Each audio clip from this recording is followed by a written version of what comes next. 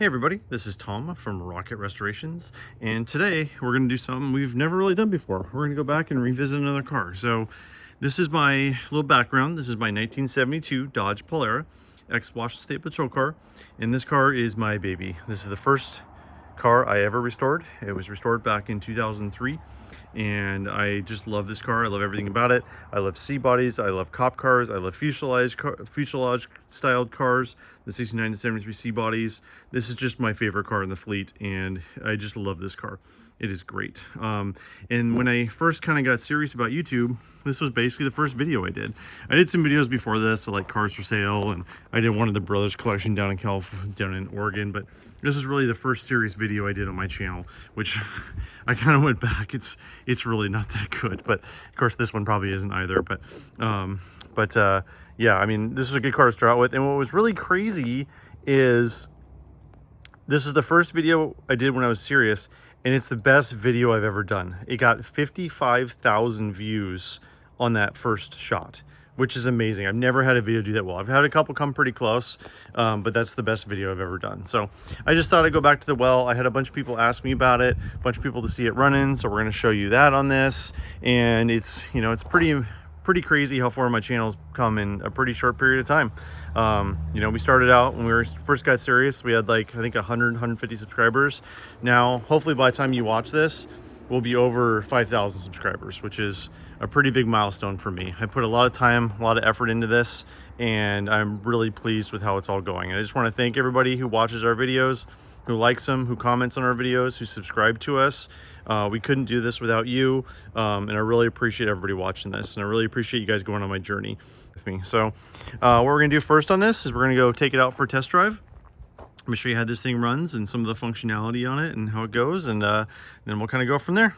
A lot of people asked us for a driving video after the last one because I didn't do that, and I don't know why I didn't, because it was my first video and I didn't know what I was doing. But this thing drives fantastic, like really good. Speedo's steady, you know, the whole front end's rebuilt, firm feel steering box, all that fun stuff. And as I said, this thing was built 20 years ago now. Man, time flies when you're having fun. It's been a long time since I built this car, but man, it drives perfect. Nice straight down the road, plenty of power. It's awesome. Even got the AC working. Oop. I'm trying to miss the ditch there. Yep, AC works great. It's on max AC here. These also have a AC shutoff switch, which is kind of cool. Turns the compressor off. You're supposed to turn that off if you're going over 85 with this thing. Not that I would know that was possible, and I never did that, but safety belt use required.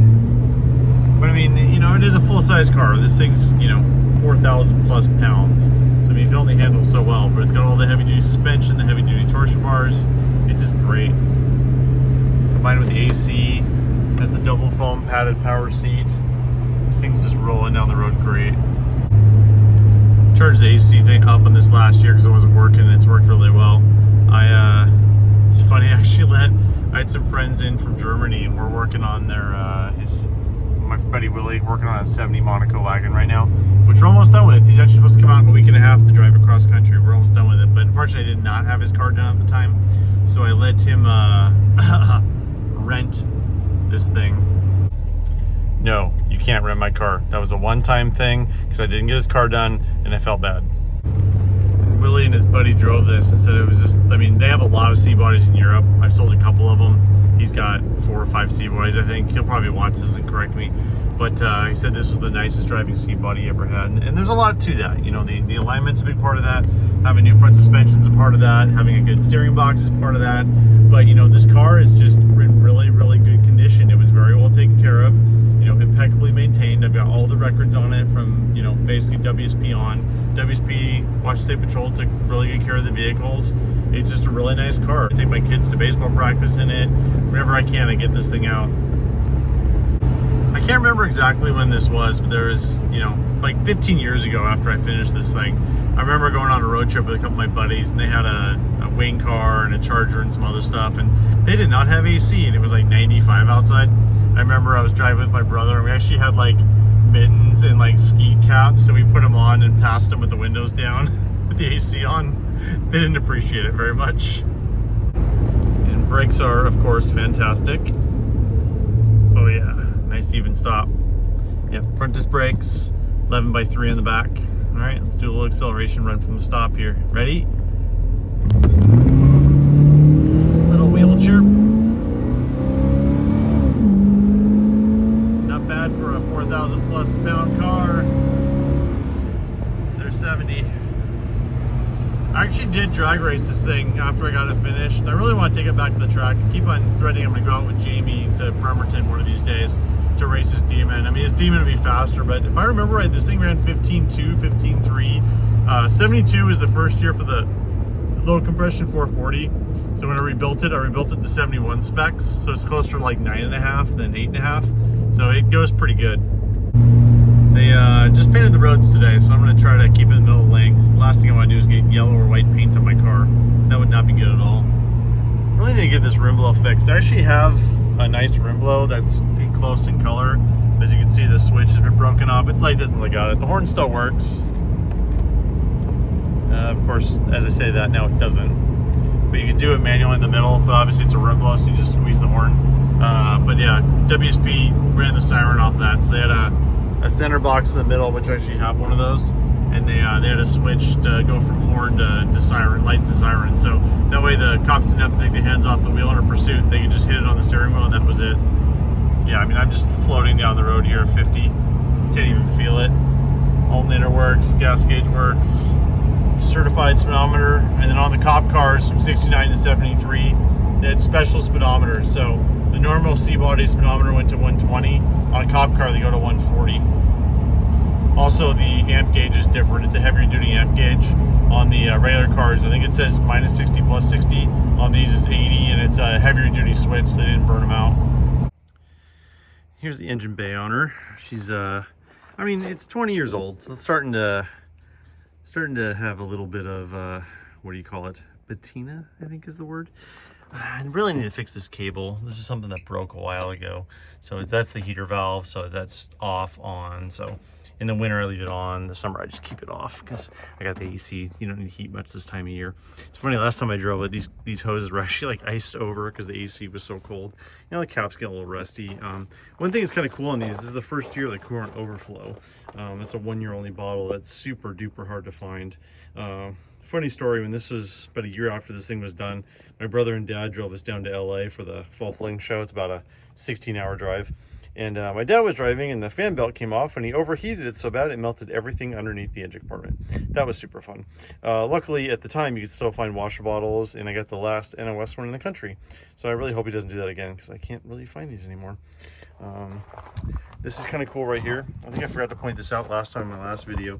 So this was for a fuel filler on the side of the highway.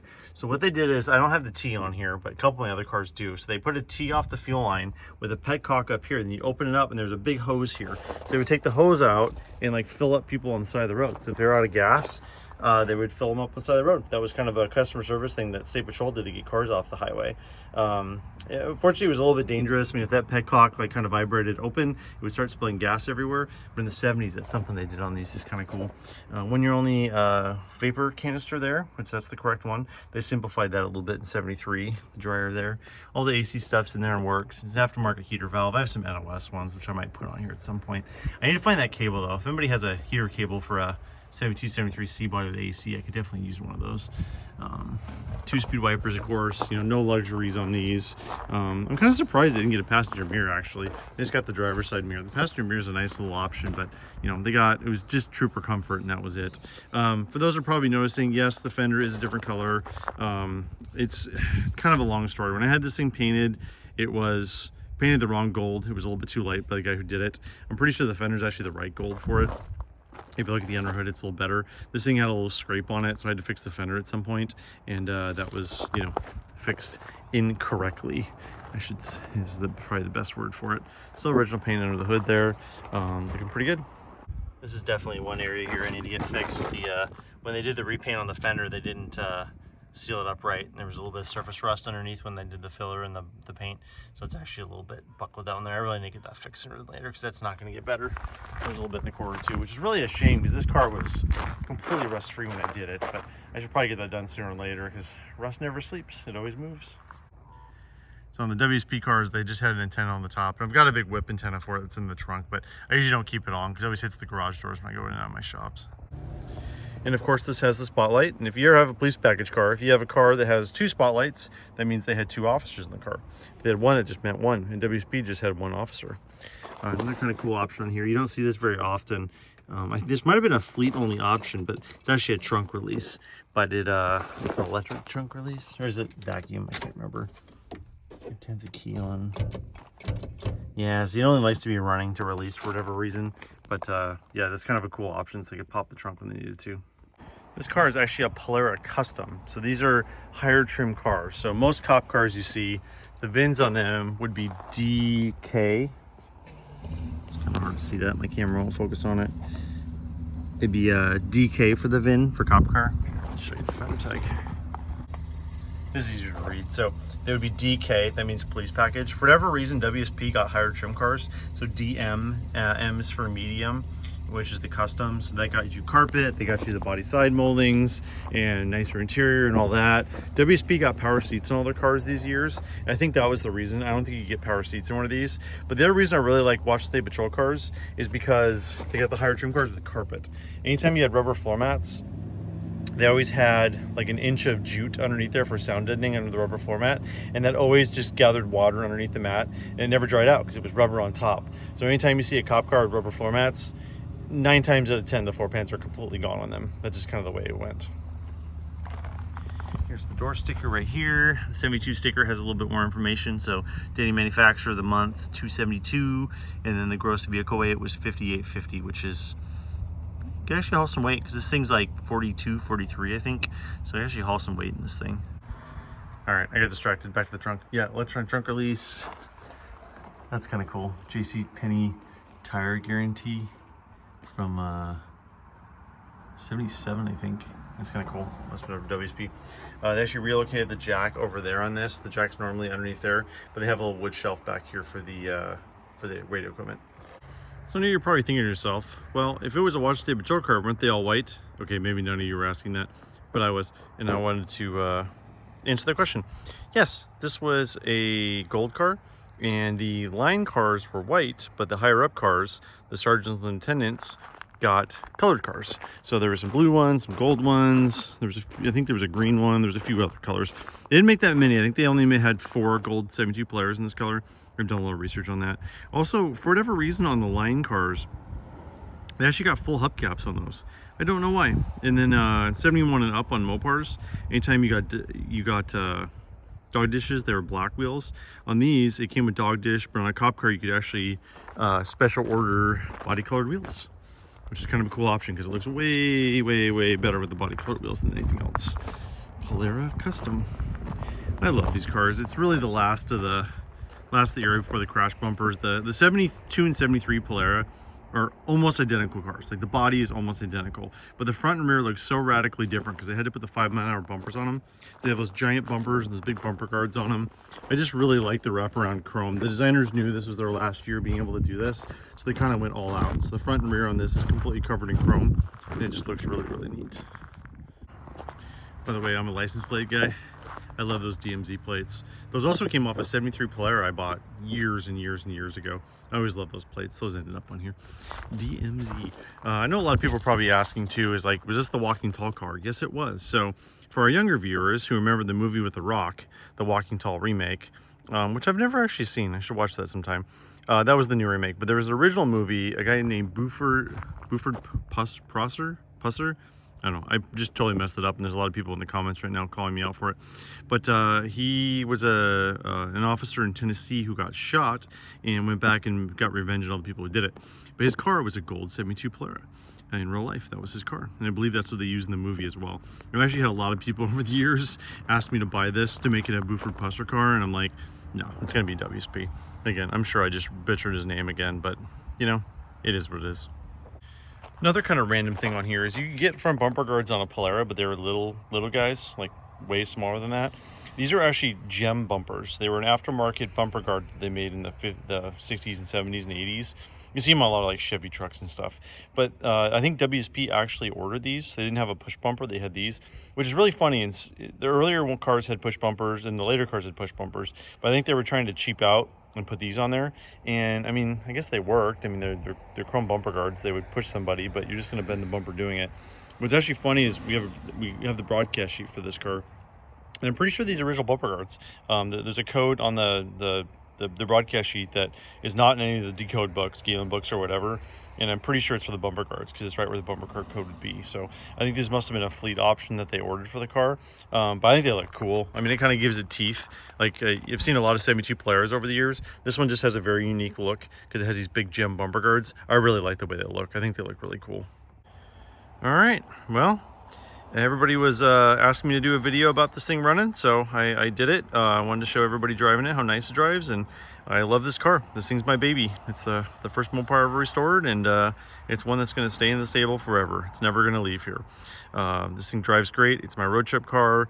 It's my, you got to have one car in the fleet that you can just jump into at any time, turn the key over, and it'll fire right up, and it just goes where it wants. This thing's super reliable. It's never left me on the side of the road. Knock on wood. It's been a great car. It really has. So thanks everybody for watching. I really appreciate it. We'll talk to you soon.